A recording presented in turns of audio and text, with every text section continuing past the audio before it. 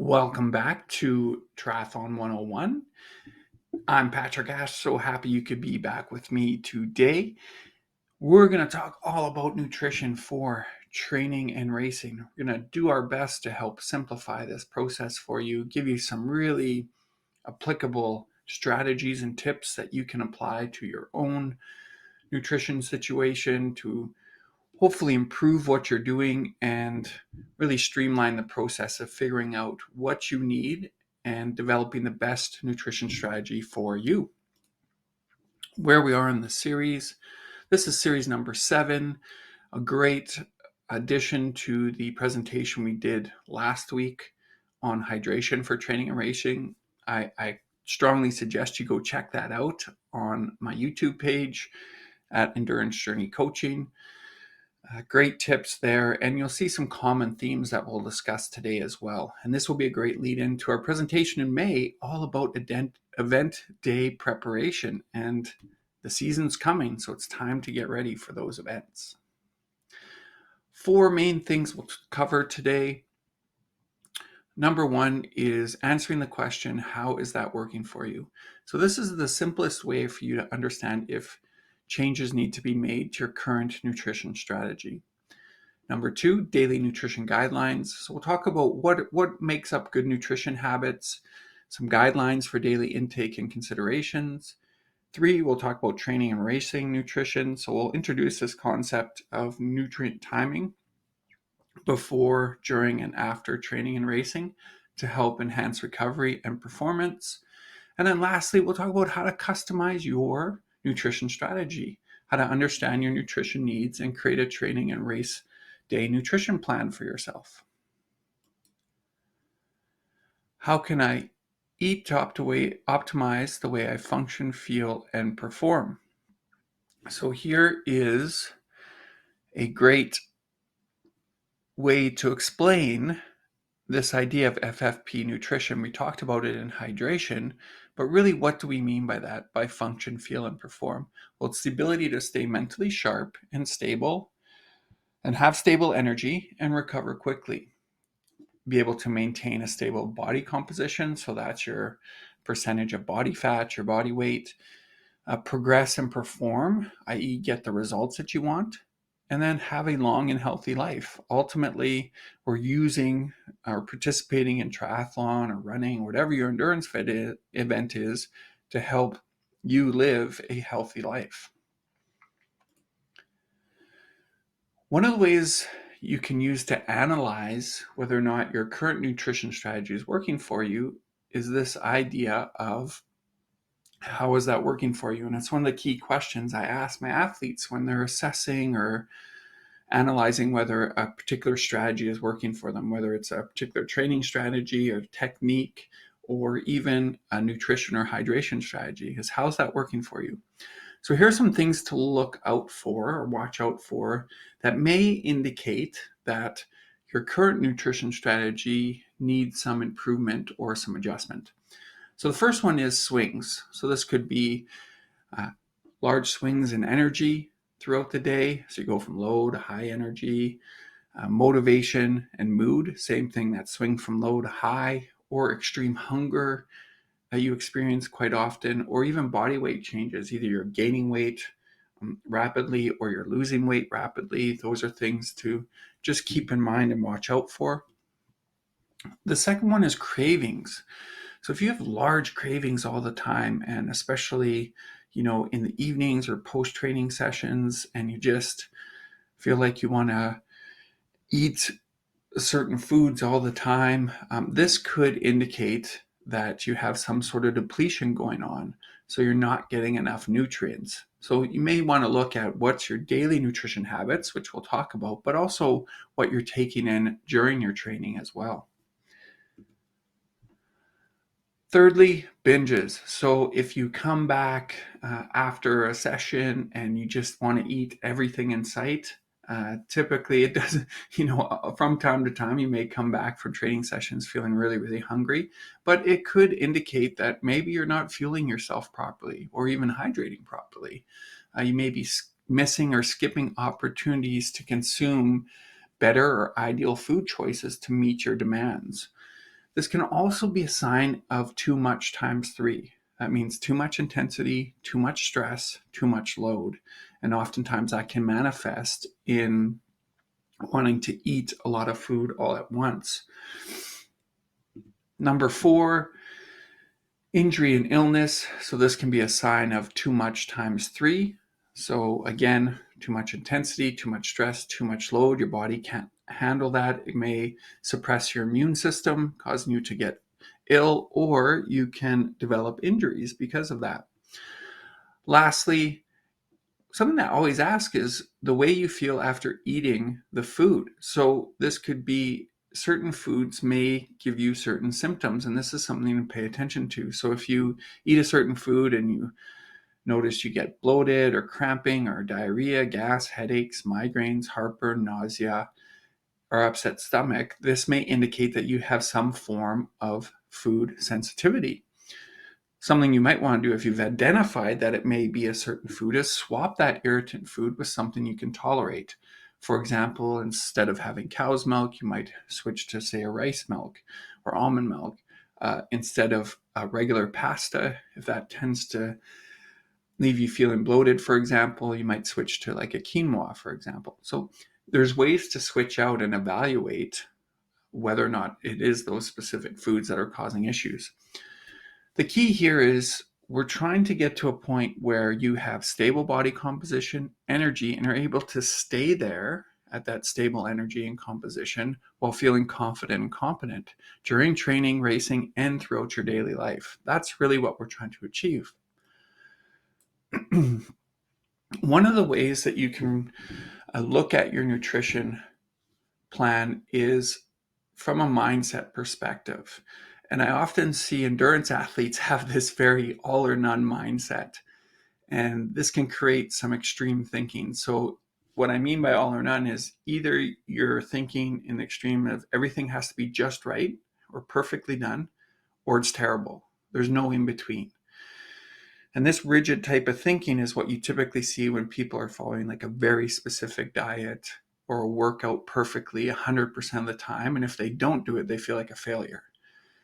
And this can be very stressful because it lacks flexibility. If you think about when you go into social situations or you're traveling and your normal schedule and even your food choices get disrupted, how do you manage that? A lot of people go through these situations. It becomes a really big deal, really stressful, really hard to deal with because they don't have the flexibility built in to their mindset. And what happens ultimately is eating becomes this stressful task instead of enjoyable nourishment for your body. So something to think about if you're an all or none type of mindset.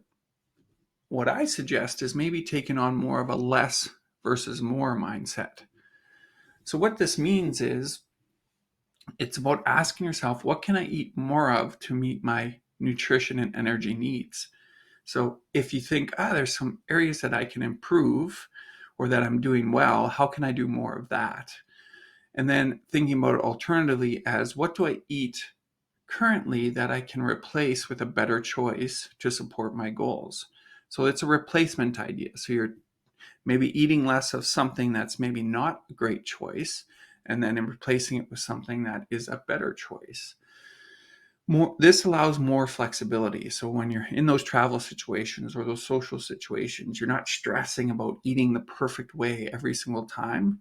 You can look at what's available and say, okay, what's my best choice right now? And let's choose that to be the majority of what I eat. This allows you to have a mindset of addition rather than subtraction, because for our brain, when we take things away, it's much harder to create behavior change. We're constantly trying to avoid or looking at something as good versus bad or right versus wrong. So think about it in terms of, I'm going to add something better and have less of something that maybe is not as good of a choice. So what is your current nutrition mindset? Curious to ask you about that.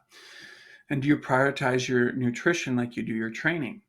So something I've done with this presentation that you can pull out here in the description under this video, there's a link to a notes pages that has all the important tables and information relevant to this presentation, and even some areas where you can fill in some of your own information so that you can adapt what's in this presentation and take what you feel is most important and apply it to your own situation. So I encourage you to check out that link there as well.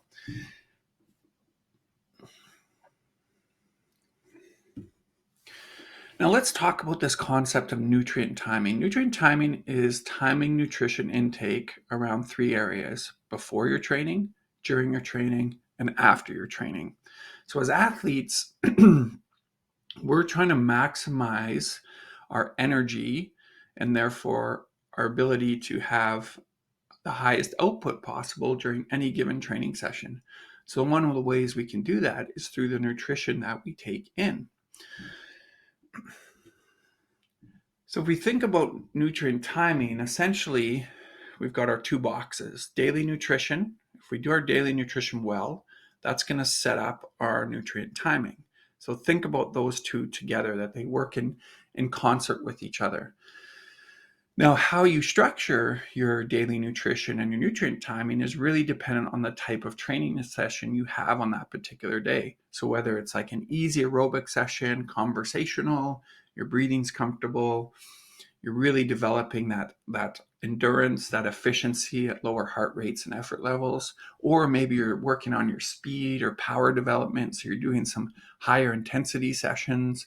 That's where you might change what you eat leading up to, during, and post session. We'll talk about some of those specifics.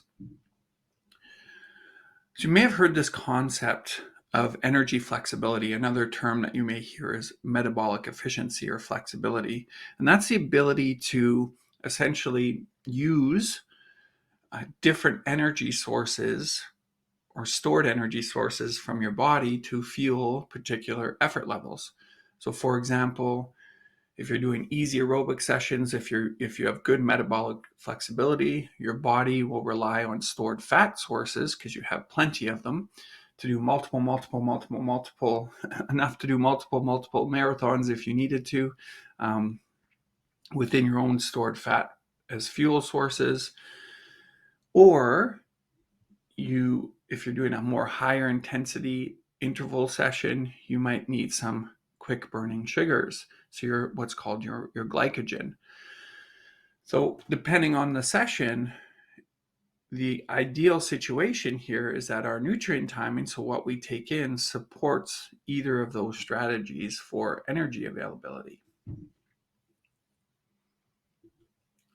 Now, dealing with daily eating strategies, I like to think of it as like a bullseye.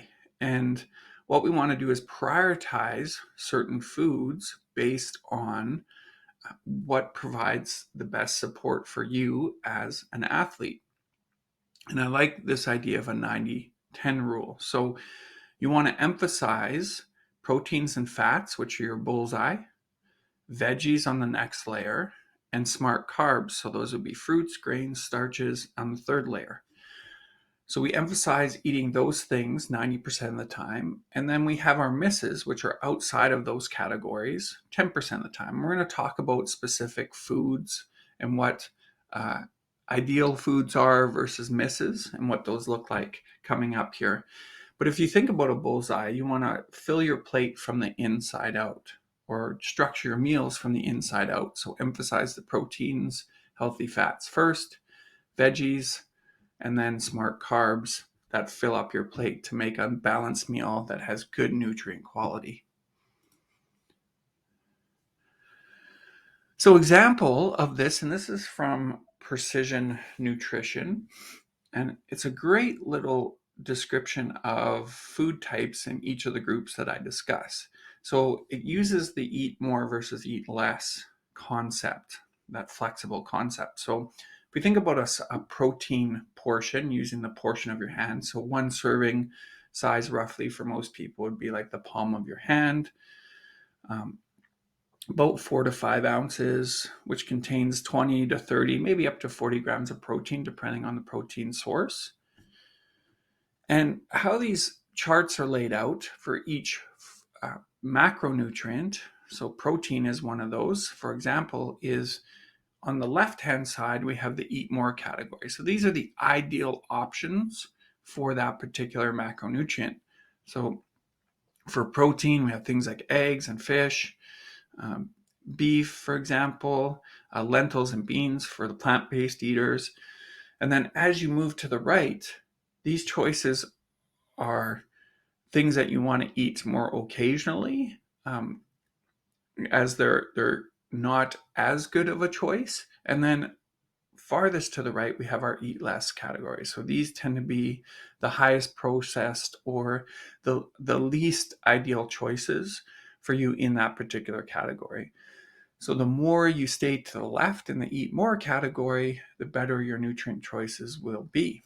So same thing with fats. Here again, a sample serving size for most fats is about the size of your thumb or a tablespoon. So on the left-hand side, those are eat more categories. What you'll see in the eat more category is typically foods that have a single ingredient. For example, egg yolk, okay, it's just egg. Cheese, for example, almonds, for example, one ingredient, okay? So that's just some things to think about there as far as, foods that have very limited ingredients. They're closest to their natural state on the left-hand column, versus foods as you move further to the right in the eat some or eat less.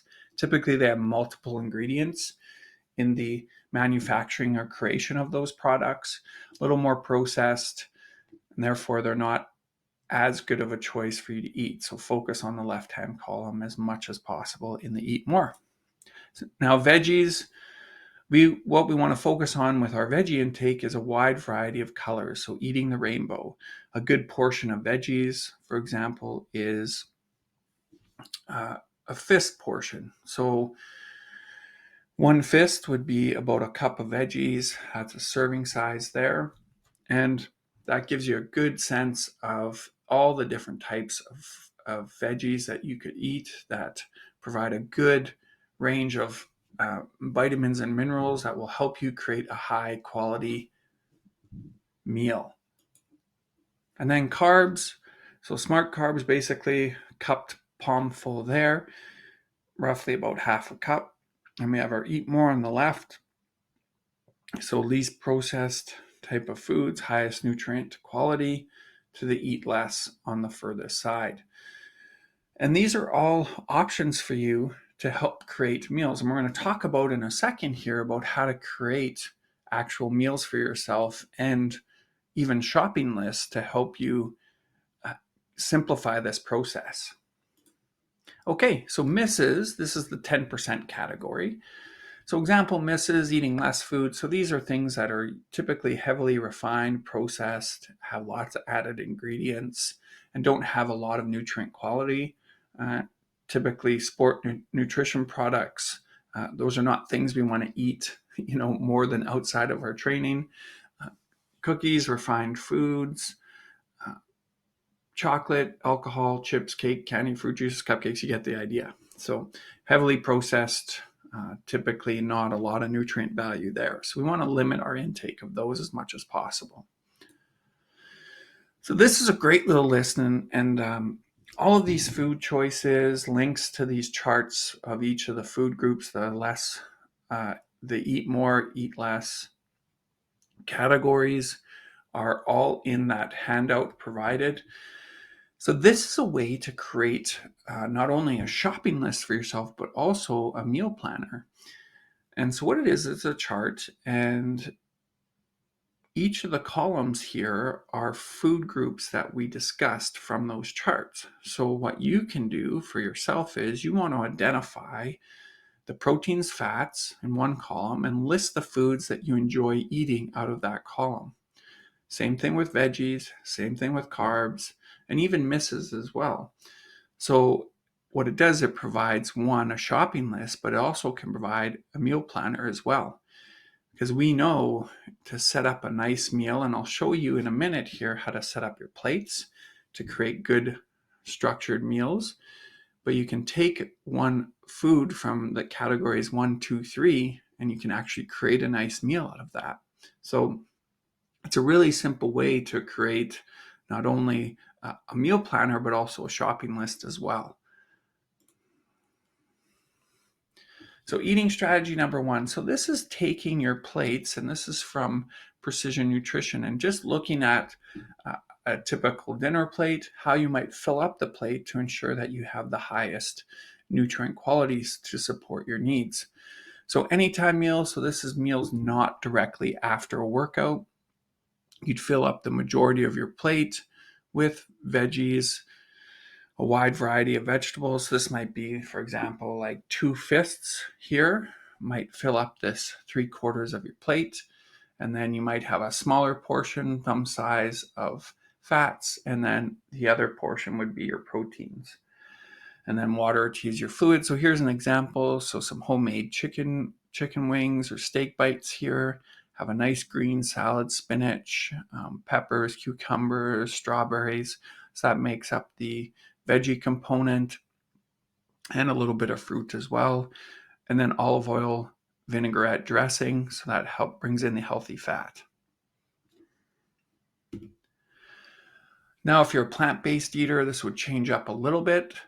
Again, this is a yam-based wrap with, I have some greens there, a salsa, some lentils and beans, a little bit of sour cream.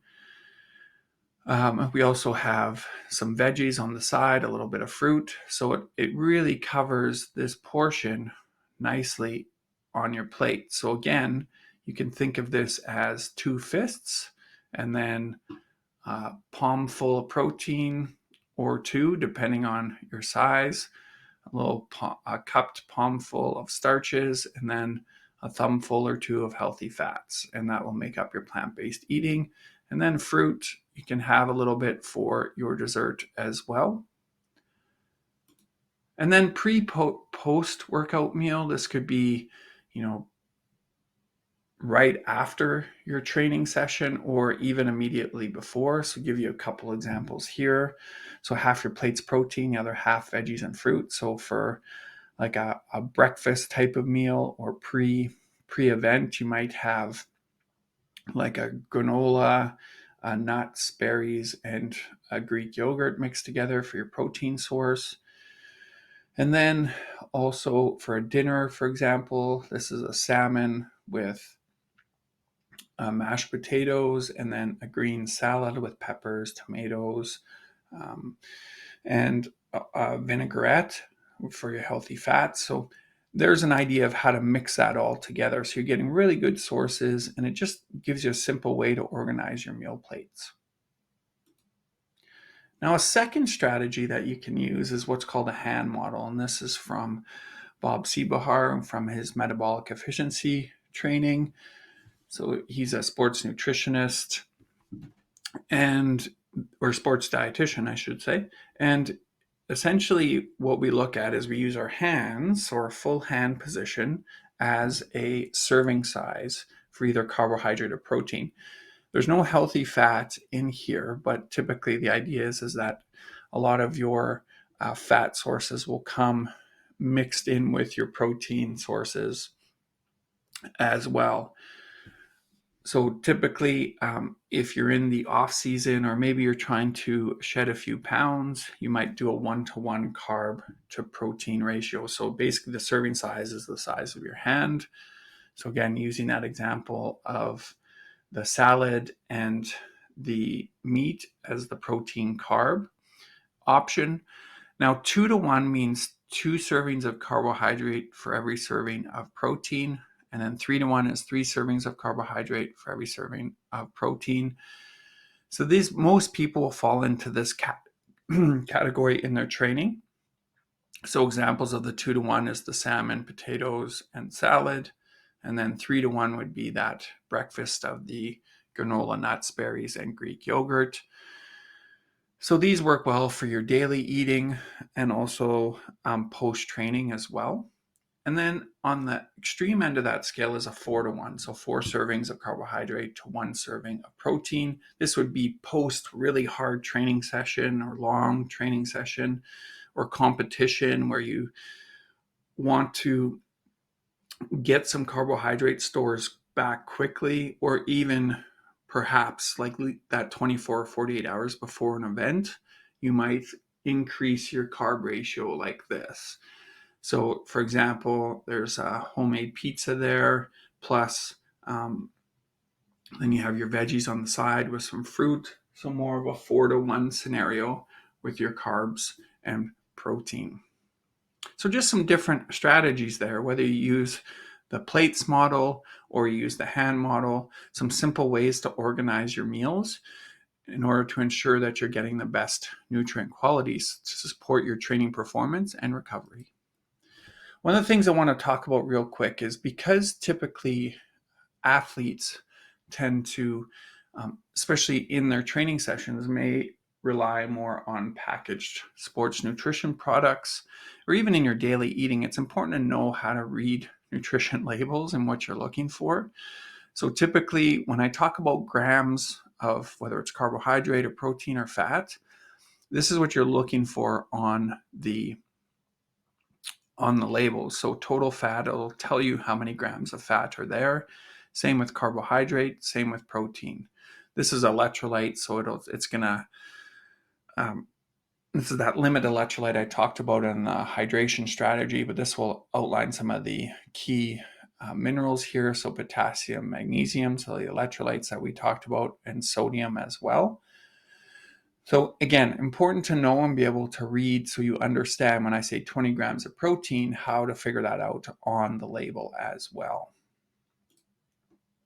So some female nutrition considerations, a couple things here in your cycle. So if you're still in your menstrual cycles and still experiencing those, typical things will happen that may influence or impact your ability to train.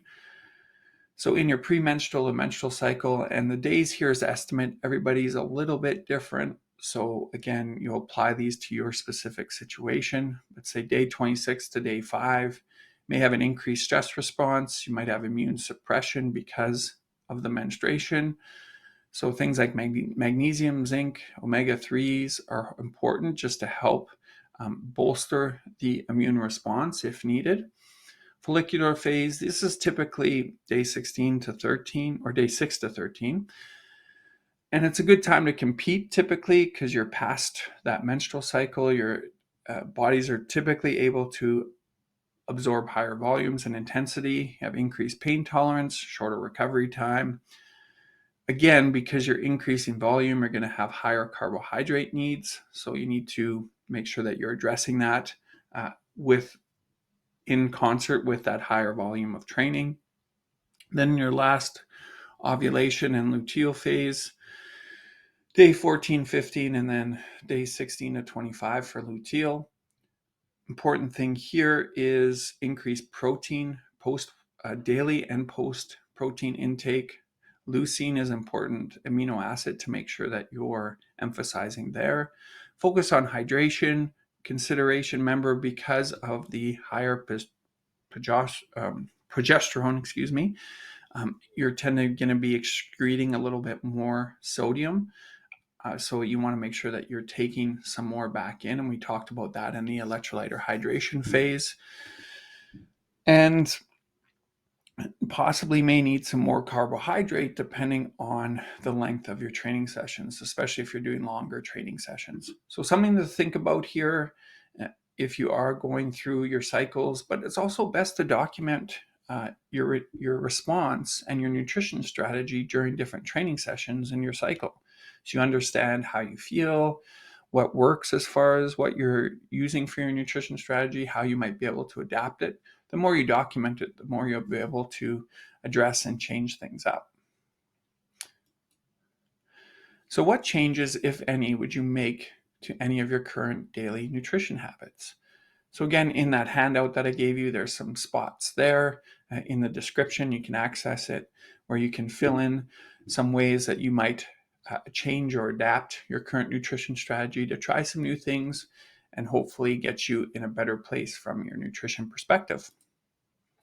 So understanding energy use, the key component here is we need to understand that when we're training or racing, that there's a blood shunting effect going on because our bodies are working really, really hard, and we're trying to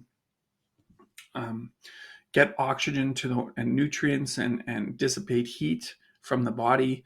It's going to be diverting blood away from the stomach and digestive system, the intestines, where we absorb our nutrients, to the working muscles. So what that causes is less blood is available to aid in digestion.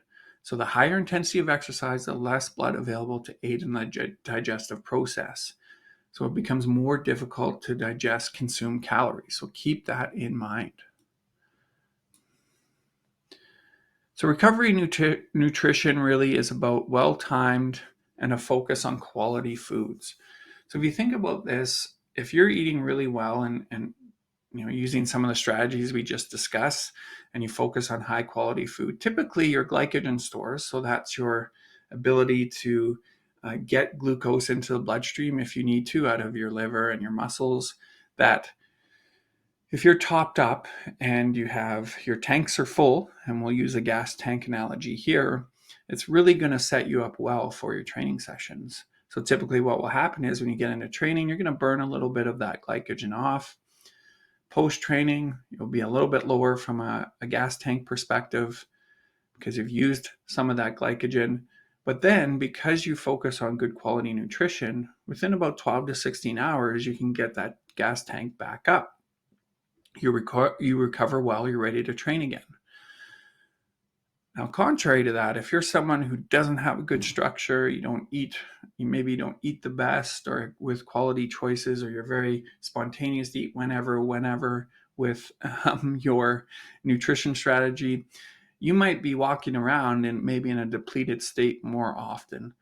And so your tank isn't quite full all the time.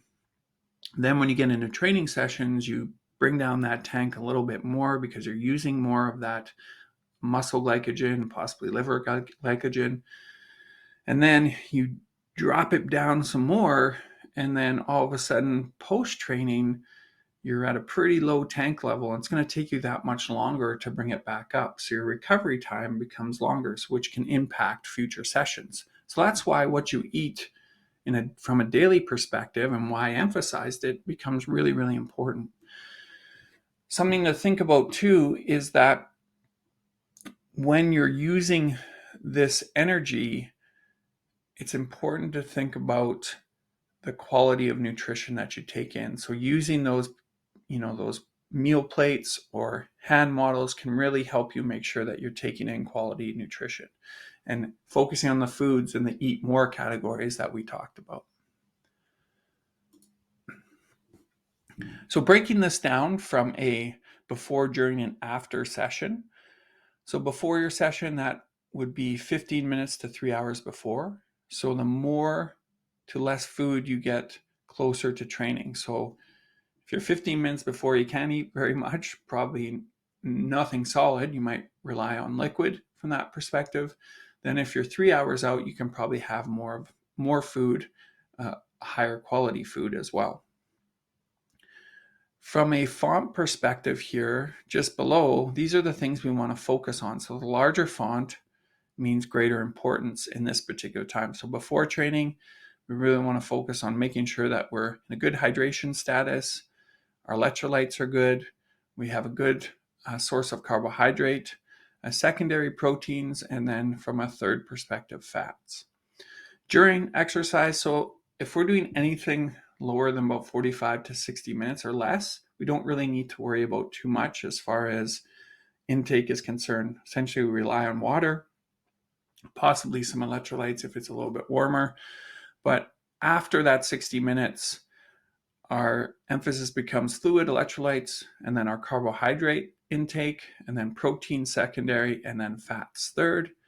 And then after our session, 0 to 15 minutes, that's immediately after, then 2 to 4 hour intervals during that day. So we want to focus first on that first 15 minutes, thinking about rehydration. So remember, we talked about our fluid loss, measuring fluid loss, and knowing how much you need to put back in as far as getting your hydration back up after a session. So we talked about measuring fluid loss in our hydration protocol last week, so you can refer back to that presentation for that information. And then carbohydrates, proteins, electrolytes, fats in that 2 to 4 hour intervals after your session, just to make sure that you're getting those glycogen reserves, which we talked about, back up so that you recover well between sessions. So what to intake before training. So I'm going to do this for before, during, and after training, this particular table. So we're going to have our nutrient, which is essentially our fluid intake, water, carbohydrates, proteins, fat, and electrolytes. This will be the same for each area. Considerations: fluid intake, did you just wake up? Or have you had 4 to 6 hours to rehydrate after a previous session? So for example, if you're doing 2 sessions one day. So water intake, we talked about 500 to 750 milliliters before. If you're less than 30 minutes before, just making sure that you're topped up. Total daily consumption of water, we talked about this formula, 0.33 times body weight in kilograms. Your body weight in kilograms can help you figure out what you need to take in for water in a day. Carbohydrate intake, understanding your goals for the session. Is it a lower intensity session? So you might not need carbohydrate before, or very little amount. Or if it's a higher intensity interval session, you want to make sure that your carbohydrate stores are topped up. So what type? Is it a swim, bike, run, or strength? And the length of the session. As you know, you might not be able to digest as well. Say a pre-swim session might be a little easier in a bike, a little more difficult in a run session because of the jostling. So are you training more than once per day? Have you consumed adequate carbs before training? A morning versus a daytime versus evening training? Are you male or female? So all of these things will impact your choices. Your options here, you could have nothing. Again, if it's a shorter session, if it's a longer session, over that 60 minutes or longer, you might want to have a light snack before. Or if you're doing a twice per day type of training session, or a long, greater than 3 hour session, having 20 to 40 grams, so a palm full size of carbohydrate can be helpful. Protein intake, what is the length and intensity of your session? So again, if you're a lower volume or lower time session, you may not need to take any protein before. 40 years old, we may need to increase our protein intake just daily, making sure that you have a protein intake with each meal. So having at least that palm full of protein serving each meal. Light snack, higher volume, 2 days or two sessions per day, or longer 3 hour session. You might need to add some protein to your pre-training. 20 to 30 grams, a palmful, can be helpful. Fat, do you need to be more energy efficient at using carbohydrate or fat as an energy source for a session? So if it's an easier session, you may not need to rely on as much carbohydrate. So maybe you want to take minimal amounts of some healthy fat just to provide that energy source for that low intensity situation. Taking a fat in, if you're doing really high intensity interval sessions, may not be as ideal. It's a little harder to digest, a little slower to digest. It may not provide that immediate energy you're looking for. But an example, banana plus half a teaspoon of nut butter, like a thumb-sized serving, would be an example of a type of food that you could eat with healthy fat. Then electrolytes, we talked about this last presentation, and hydration. Are you going to eat something? Sometimes your foods will have sodium within those pre-session. And what length and intensity? So it depends on the session length, 45 to 60 minutes. You can have that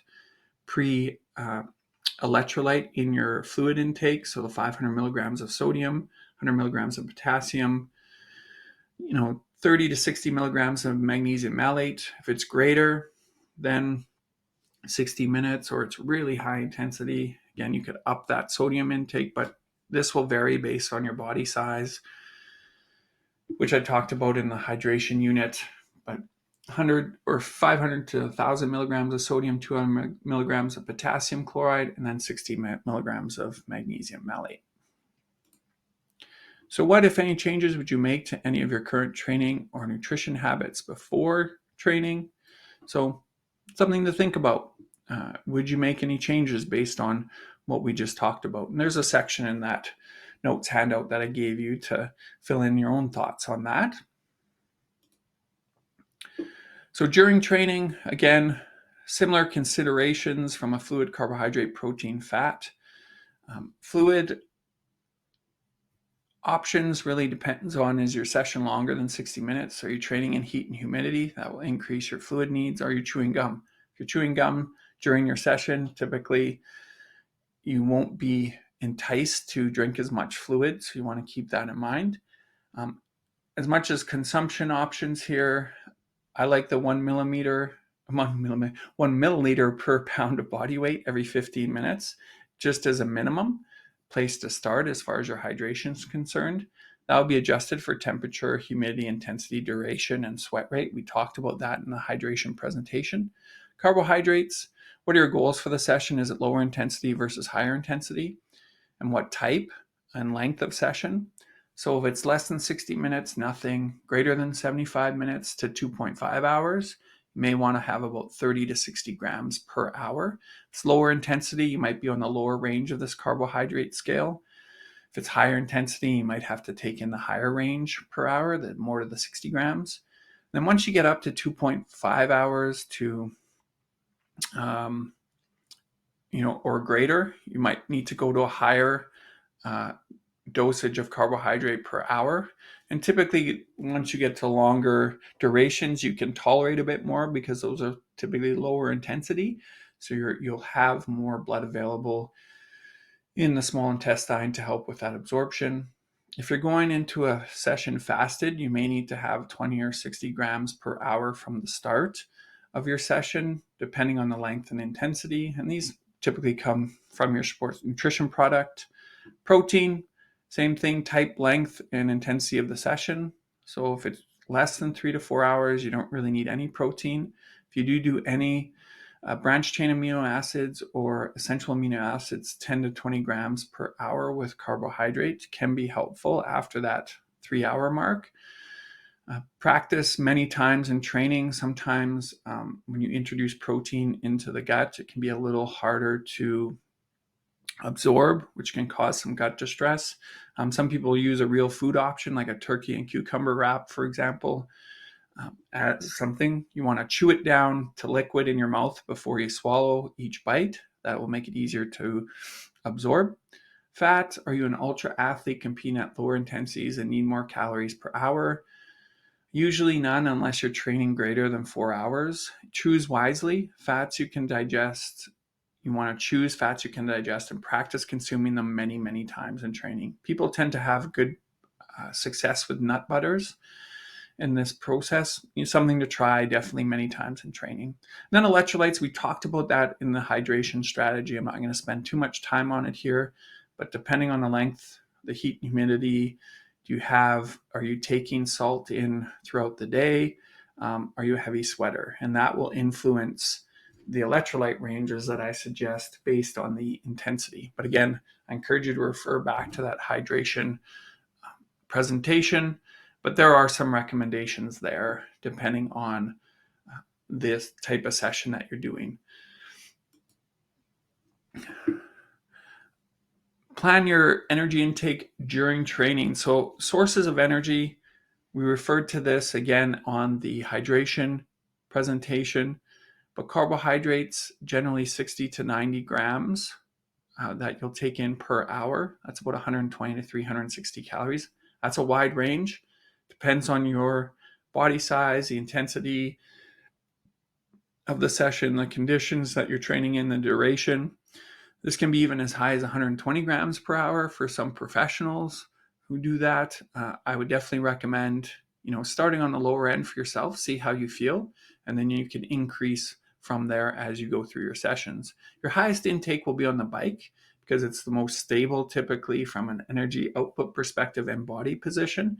Swimming, you don't take in much from carbohydrate or anything from carbohydrate. And then on the run, you're limited because of the jostling of the body. It's a little bit harder to and the intensity is typically a little bit higher. So your intake will decrease 25 to 50% lower. So if you're taking in, let's say, 90 grams an hour on the bike, that might go down to maybe 45 or 20 grams on the run. Stay away from dry foods or those that take too much time to access and actually eat. If you're taking in real food, homemade bars, watermelon, check nutrition and calorie content of your serving so you understand its contribution to your energy replacement. So knowing, okay, I had 3 pieces of watermelon. How many calories are that? What's the carbohydrate content? Same with the homemade bars that I made. Just keeping track of that will help you understand what the impact of that energy intake on your overall performance. Most sports nutrition products follow the guideline of glucose or maltodextrin and fructose blend. So that tends to work well with absorption because remember, in our small intestine, we have transporters that will transport either a glucose or maltodextrin and also a fructose. So by combining them, we're able to transport more sugars into the small intestine to use for energy. So the ratios that you'll typically see in these sports nutrition products are 1 to 0.5, so 1 glucose or maltodextrin to 0.5 fructose, or 1 to 1. Those are typically the ratios that you'll see. Some people have a hard time with fructose as far as from a GI perspective, can cause some distress. Same with glucose or maltodextrin. So you could go to a super starch like a UCAN, and some people have good success with that as an alternative option. This is a chart that breaks it down quite nicely from Ask What You Can Drop, carbohydrate type, and then recommendation. And this is the time of your training session. So small amounts, anything under 60 minutes, or just do a mouth rinse. So I'll talk about a swish and spit in a minute, but you can still absorb things in your mouth without actually having to swallow them.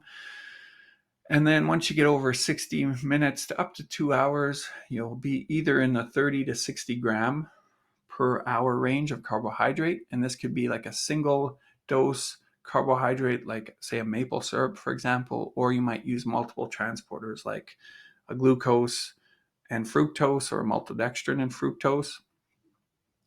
And then once you get around the 2.5 to 3 hour range and above, you can usually get up between 60 and 90 grams per hour using those multiple transportable carbohydrates. So the glucose, fructose, or maltodextrin fructose combination. So that's a nice way to break it down per time. And that's in your note pages as well. So what changes, if any, would you make to your current nutrition habits during training after reading this? Would you plan it out a little better and be able to support your training habits that way? Managing nutrition challenges. So what are we trying to achieve with our nutrition strategy? We're trying to meet our energy demands. We're trying to avoid GI or gut distress. We're trying to avoid low blood sugar or bonking. So the rate of calorie absorption is intensity dependent. So what that means is the harder the effort, the less you can absorb, because remember of that blood shunting effect we talked about earlier. As intensity increases, the easier your fluids and calorie needs need to be to digest. So small bites, small sips. That's the key. Make it easier on your guts to absorb. Most nutrition-related problems are a consequence of 2 times 3. Remember this from the hydration, very similar here. Too much intake, so you're trying to ingest too many calories, trying to take in too many calories at once or too often. Too much intensity, so your intensity is too high, affecting the absorption that you're trying to take in, or too little intake. You're just taking in too little calories for the effort. Ultimately, you want to finish like these women here, feeling happy and fulfilled when you finish your event. So how do we manage these challenges if they come up in an event? If you experience abdominal cramping, upset stomach, diarrhea, GI distress, been in all of those cases, I'll put my hand up for those. Possible cause is you have too much intake. So you're doing too much, trying to take in too much at once or over a period of time. So a solution to this situation is you need to decrease or stop carbohydrate intake because your body's just not absorbing it.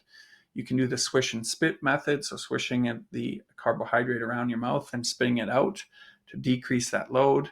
Got to decrease intensity again because get the blood coming back into the small intestine to help with that absorption. Smaller sips and bites, so the smaller you take in, the easier it will be to absorb. You want to chew solids completely before swallowing.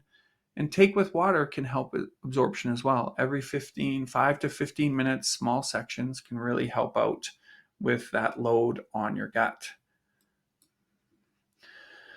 If you experience weakness, chills, fatigue, excessive negativity, you're just really down on yourself, you don't want to be out there, that can be a sign that you're just depleted a little bit and you need to, as a possible solution, increase fluid intake, calorie intake, or electrolyte intake, a combination of all three of those. So you can start with 500 milliliters of water, 300 to 600 milligrams of sodium, 30 to 60 grams of carbs.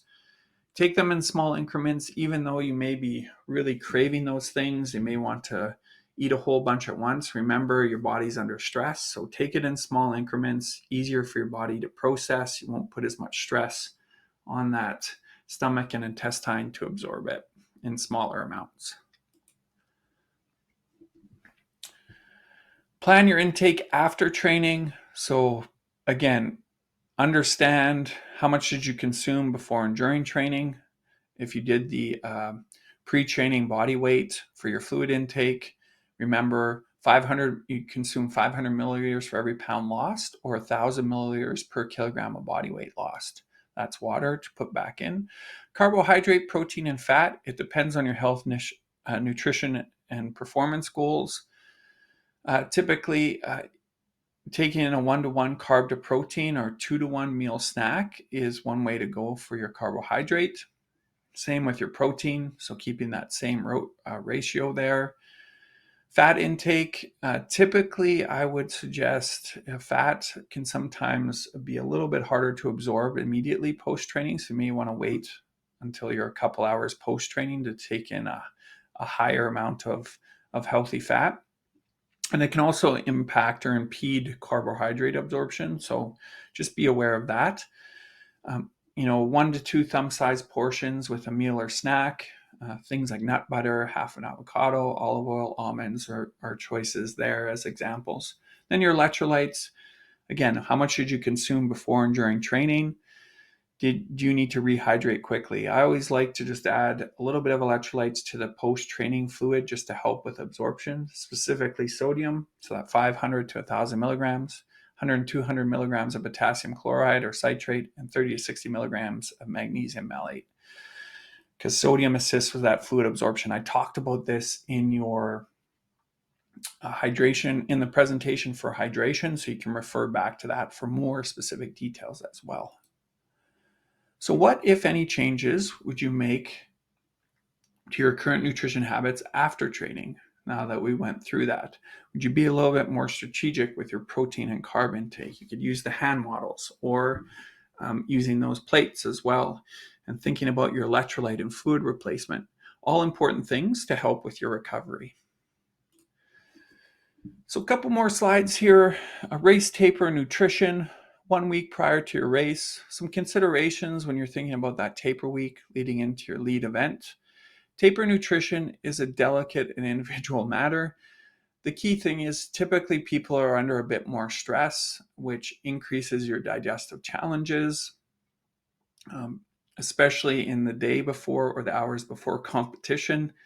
So it's really important that whatever you do in your race week, it's things that you have practiced over and over and over again in your training. And that's why it's really important, which we'll talk about in a second, is documenting what you do and creating a race plan for yourself. So some action steps that you can take: stick with foods you know, okay? So that you can digest well, that you eat on a regular basis prior to the race and the week of the race. So nothing new on race week. One of the mistakes I see people make is they go outside of their normal eating habits. They might go to the race expos and eat a bunch of stuff that they've never eaten before, and that can cause some issues. Amount of water and food intake. So it's important no need to eat or drink more than normal this week, as you are naturally expending less due to low training volume. Remember, you're tapering, so your volume of training is probably decreased 50 to 75% from your normal training load.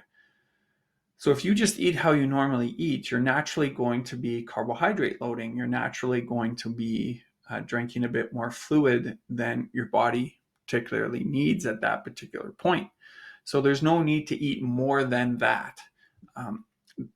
By eating more than that, you're just going to put more stress on your system. Same with drinking much. You can flush out your electrolytes. So one of the things that you can do from electrolyte perspective is just adding a little quarter teaspoon of salt to your bottle of water, about 500 milliliters, just so to help with that absorption of that fluid. But again, there's no need to change how you're eating or drinking on race week. You don't need to take in a whole bunch more. That's only going to cause extra stress on your system and can really derail your race if you do too much before your race. This idea of carbohydrate loading, you really don't need to more than 24 to 48 hours of before. Just watch the types of foods that you eat. Watch the fiber content of those foods. So watch eating too many things with high fiber content like beans, broccoli, too many berries, apples, lentils, anything whole grain, or Brussels sprouts, cabbage, cauliflower, kale. All of these things have pretty high fiber content and can cause some GI upset. So just be careful of having too many of those things, especially in the few days before your race, and watch how much fat you're taking in as well, because that can decrease your carbohydrate absorption. So stick to the foods that you know in the amounts that you're comfortable with, and chew your food completely before swallowing it can help with absorption as well and decrease that stomach upset. Both in training and racing, any solid food, chew it right down, liquefy it, swallow it, and do that in your daily nutrition as well. That can help. So customize through documentation. We talked about this last day, but on our hydration presentation, but key areas to document, some questions to ask yourself on each session is, what did I consume during the session, at which time intervals, how much fluid in milliliters or liters, how many calories, so fluid, solid calories, what did you take in, how much electrolytes, sodium, magnesium, potassium, what did you take in, which products, the temperature and wind conditions during the ride or run, or the swim even, what intensity was the session. So you can use your smartwatch data or even just perceived exertion. This is an example of an athlete I used in the hydration presentation as well. We talked about the particular session in the comments. This is just in their training log, how they felt, documented how much they took in from a hydration and nutrition perspective, total calorie content, and then the temperature. Could have added the wind conditions here for extra detail, but gives you a good sense of what you're doing on a particular training session. Then once you get to your race, you have all these data points of different training sessions to create your race plan with. And then this is that spreadsheet. There's a link to it in the notes as well. This is a 2-hour ride that I did, 4 times 15-minute zone 3 tempo intervals with 10 minutes easy in between. And how I documented this is I just put time as one column, and pre-session, 1 hour, 2 hours, and total during. So I broke down all the different things that I just talked about. So fluid consumption, what were the fluids, solids, what did I take in hour by hour 1, by hour 2, and then solid calories, the electrolyte content that I took in, the temperature. It was an indoor ride, so didn't have to worry about too much from a wind perspective. Effort scale, on a scale of 1 to 10. And then calories expended total, so from my smartwatch, and then how did I feel during each hour of that session. So when you do this, each session, all of a sudden now you've got all these data points so that you can figure out under different conditions, different intensities, what type of fueling works best for you. Some other things to consider: pre and post session body weight to measure fluid loss. I talked about that in the hydration presentation, so you can refer back there.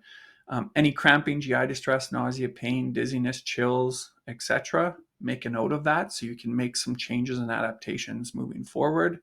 maybe you had too much food, too much fluid, or you didn't have enough at particular times, you can address that when you document it, and you can see where that happened and make the changes moving forward. Females, what day in your cycle was the session completed?